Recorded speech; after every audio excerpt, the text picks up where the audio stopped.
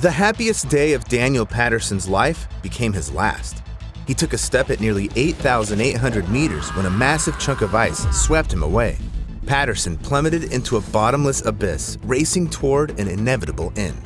Just an hour earlier, he'd achieved his dream of summiting Mount Everest, the mountain that took his life. But this isn't just another mountaineering tragedy. It's proof that Everest grows deadlier every year.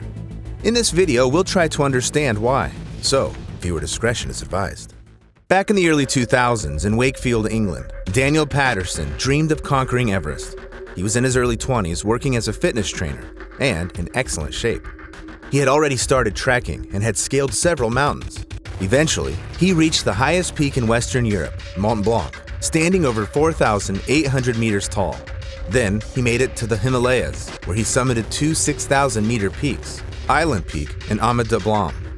These climbs were tough, but even they weren't enough to prepare him for the ultimate challenge, Everest. Mount Everest towers at an awe-inspiring height of 8,849 meters. At that altitude, the air pressure at the summit is only about 1/3 of what it is at sea level. This makes it deadly for humans because, as the pressure drops, so does the oxygen level. Meanwhile, the wind on Everest only intensifies, reaching speeds of up to 160 kilometers per hour, or even 280 kilometers in the harshest winter months. That's almost 1.5 times faster than a tornado. Such gusts can literally blow climbers off the mountain. And even if you find shelter, the wind still wreaks havoc. It can drop the oxygen level to a critical 14%, compared to the normal 22%.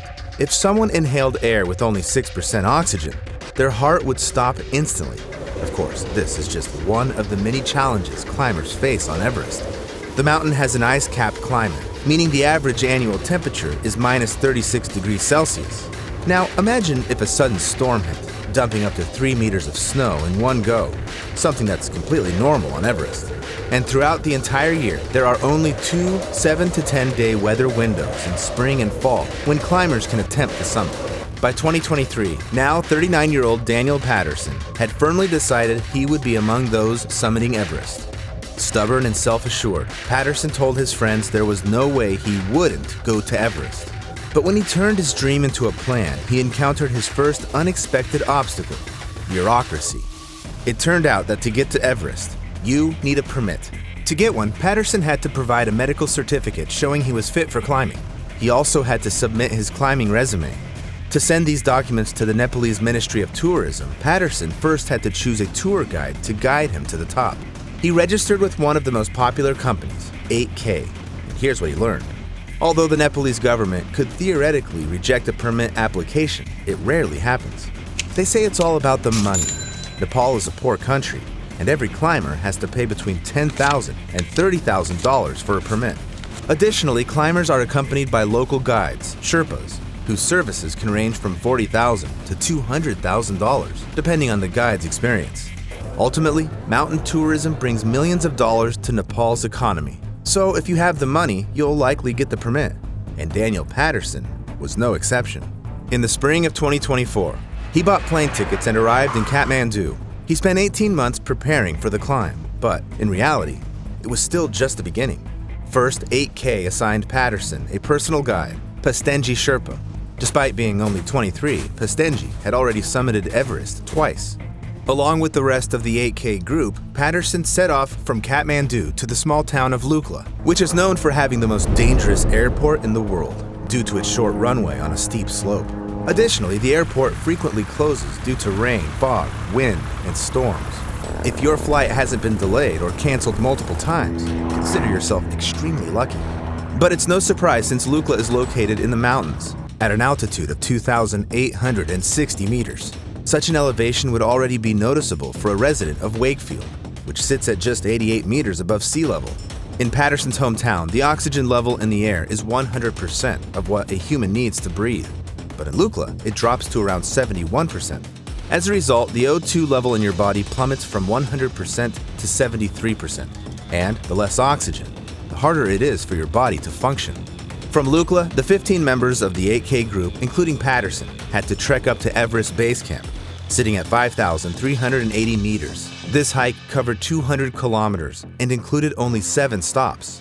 The group would need 7 to 12 days to complete it, but even this wasn't the start of the actual climb. While challenging, the path to base camp is still just trekking, not mountaineering. No special equipment like crampons or ice axes is needed at this stage. However, Patterson was already starting to feel the full weight of the challenges ahead, which would only intensify. Although there are small lodges along the way called tea houses, they are very basic. A hot shower and a toilet are luxuries, and you'll only find them in the early stages of the trek. As you go higher, conditions get even worse. The tea houses only heat the communal dining area, where you can buy simple yet extremely expensive food. The tiny rooms for sleeping are unheated, so people sleep in jackets and sleeping bags. What seems like a minor inconvenience can become unbearable over time. Daniel Patterson had been in the mountains before, so he thought he knew what he was getting into.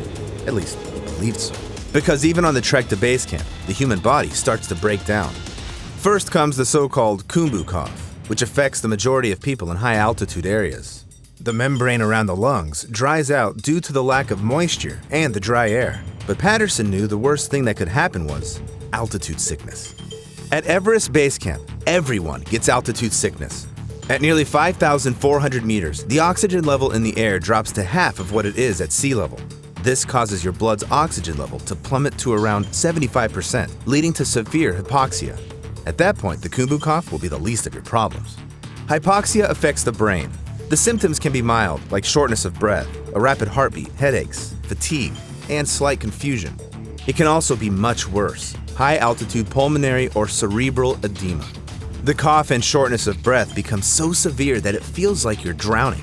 The headache becomes unbearable, nausea and fever set in, and vision worsens. Coordination can go, and in extreme cases, paralysis or coma may occur. Altitude sickness affects everyone differently, depending on various factors. But at base camp, even regular tourists should use supplemental oxygen. For professional climbers planning to go higher, acclimatization is absolutely essential. So, although Daniel Patterson felt quite decent after reaching the base camp, he and the rest of the group had to stay there for 3 weeks to allow their bodies to at least somewhat adapt to the high altitude conditions. And they are not very welcoming. This is life intense, among sharp rocks and ice, with a barrel as a bath, and the same for a toilet. Waste-filled containers are then sealed and lowered from the mountain for disposal.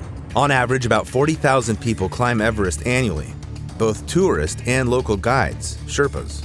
If each of them discards even a single empty 1.5-liter plastic bottle, that's 40 grams of trash, and over a year, that amounts to 1.6 tons. That's about the weight of a small car. But during the acclimatization period, Patterson and each member of his group will leave behind an average of 8 more kilograms of waste. In 2023 alone, Nepal issued 478 permits to foreigners and 700 to Sherpas, adding 6 more tons of garbage to the mountain that year alone. That's nearly 4 cars worth of waste. And while it's difficult but still possible to remove trash from the base camp, the upper camps have now turned into dumps, because the mountain slopes are now covered with 30 tons of waste. That's the equivalent of 19 cars, made up of oxygen cylinders, tents, plastic, tin cans, and other rubbish. So people have essentially destroyed a unique natural ecosystem, turning Everest into a giant landfill. And it's impossible to clean it up. Among the debris, around 200 deceased climbers found their final resting place.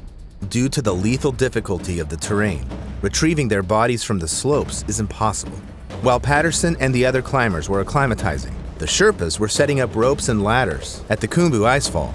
It's dangerous not because it has a cough named after it, but due to its deep crevices, absolutely vertical walls, and seracs, massive blocks of ice that could collapse onto climbers at any moment.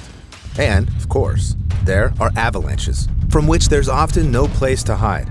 The Khumbu Icefall is one of the most dangerous sections of the route, even though it only leads to the first of 4 camps that climbers pass through on the way to the summit. Patterson and his guide, Pastenji Sherpa, reached it quite easily. However, at an altitude of 6,100 meters, they were in a state of constant hypoxia. Climbers felt practically no relief after resting. Fatigue only accumulated, and their psychological state steadily deteriorated. Ahead of them lay a long and difficult stretch. Patterson had already felt this before, when he climbed the Himalayan peak of Amas de Blanc. Back then, he was mentally and physically shattered. It felt like his body wasn't working the way it should, and he was weaker than ever. And all of this was due to the altitude. Now, as he headed toward the summit, Patterson seemed to handle the climb much more easily and reached Camp 4 at an altitude of 7,900 meters within a few days. This was the last stop before the summit and the death zone. Remember how the higher you go, the less oxygen there is in the air? Well, after crossing the 8,000 meter mark, there's so little oxygen that your body can no longer sustain life. It literally begins to die, cell by cell, and if you stay too long in the death zone, it'll live up to its name. It's here that the highest risk of developing cerebral or pulmonary edema, snow blindness, or paranoia exists. People don't just lose their lives there, they lose their minds due to hypoxia, cold, and despair. Most climbers perish in the death zone. However, Daniel Patterson and Pastenji Sherpa, of course, planned to avoid this. So, on May 21st, at 4:30 in the morning, they set out for the summit. Although the fatigue was nearly unbearable, the proximity to the summit inspired Patterson and gave him strength. But suddenly, he encountered another unexpected obstacle: queues. Yes, during peak tourist season, the path to base camp can turn into an endless procession of people. Sometimes they have to wait in a traffic jam, even because of a caravan of pack mules. Yet long queues also form on the way to the summit. Everest is not an open field where you can go wherever you want. There are specific routes that can be followed. But in recent years, they've become so crowded that climbers have to wait in line for hours. In the freezing cold, amidst the snowy wilderness, with no chance to warm up, sit down, rest, or often even turn back. And worst of all, queues from even in the death zone, where every minute counts, and any delay can cost a life. This is how 11 climbers passed away in 2019. However, on the day Patterson and Pastenji were climbing to the summit, the queues were much shorter, and they managed to bypass most of them. They reached the summit 4 hours after starting. For Patterson, it was the greatest challenge of his life and, correspondingly, the happiest day. From the summit, he sent a message to base camp saying, "I did it, Mom." But after a few moments of euphoria, it was time to descend. And that's a far more difficult ordeal than the climb. Firstly, climbers are utterly exhausted after more than a month-long trek and time spent in the death zone. Secondly, the descent is technically more challenging, and they have to move quickly. Climbers always ascend at sunrise, when the glaciers are most stable. On the other hand, they descend when the glaciers have been warmed by the sun, increasing the chances of seracs collapsing, avalanches, or cornices breaking off. When Patterson and his guide descended only a few dozen meters from the summit and stepped onto the Hillary step, something unexpected happened. An ice cornice collapsed above them, sweeping the climbers off the slope. They were now falling into a bottomless abyss, hurtling toward an inevitable end. When Patterson and Pastenji didn't make contact, rescuers sent 2 helicopters into the mountains. Soon, they spotted a body on the slope. It was Pastenji Sherpa. Despite their persistent search, Patterson couldn't be found. Rescuers suspected he had met the same fate as Kenyan climber Joshua Sherat Kurui. His death had been confirmed just days before Patterson's disappearance. Kurui was a banker who aspired to become the first African to summit Everest without supplemental oxygen. He not only trained hard, but spent all his earnings, completely bankrupting himself. Kurui stubbornly pursued his goal, driven by excitement and the desire to set a record. Eventually, Kurui perished just meters below the summit. Everyone unanimously agreed that retrieving his body from there was impossible. Nevertheless, Patterson's grieving girlfriend didn't lose hope and organized a fundraiser to find and recover her beloved's body from Everest. She raised nearly $300,000 when suddenly, rescuers in Nepal announced they could no longer help. Not only had Patterson lost his life at a very high altitude, but most likely he had been swept onto the Kangshung Face, which is part of China's territory, as half of Everest belongs to them. Daniel Patterson's death made headlines because the entire mountaineering community was convinced this tragedy could have been avoided. Yet, wasn't it the ice block that took his life? Indeed, the Nepalese government attributes Everest's rising death toll to climate change. However, it seems that the real cause is the queues. More and more tourist companies are offering Everest expeditions, and competition is driving down service prices. Nepal issues an unlimited number of permits to make money. As a result, the number of people and structures on the mountain is growing. Their presence accelerates climate change, increasing the number of deadly avalanches, ice collapses, and sudden weather changes. And the scariest part is that long queues have formed in the death zone, where climbers now die by the dozens. After all, there may be only a few weather windows each year to make the summit attempt. and every climber wants to take advantage of it. So it seems we can't help either the climbers or Everest. They might just as well continue to kill each other.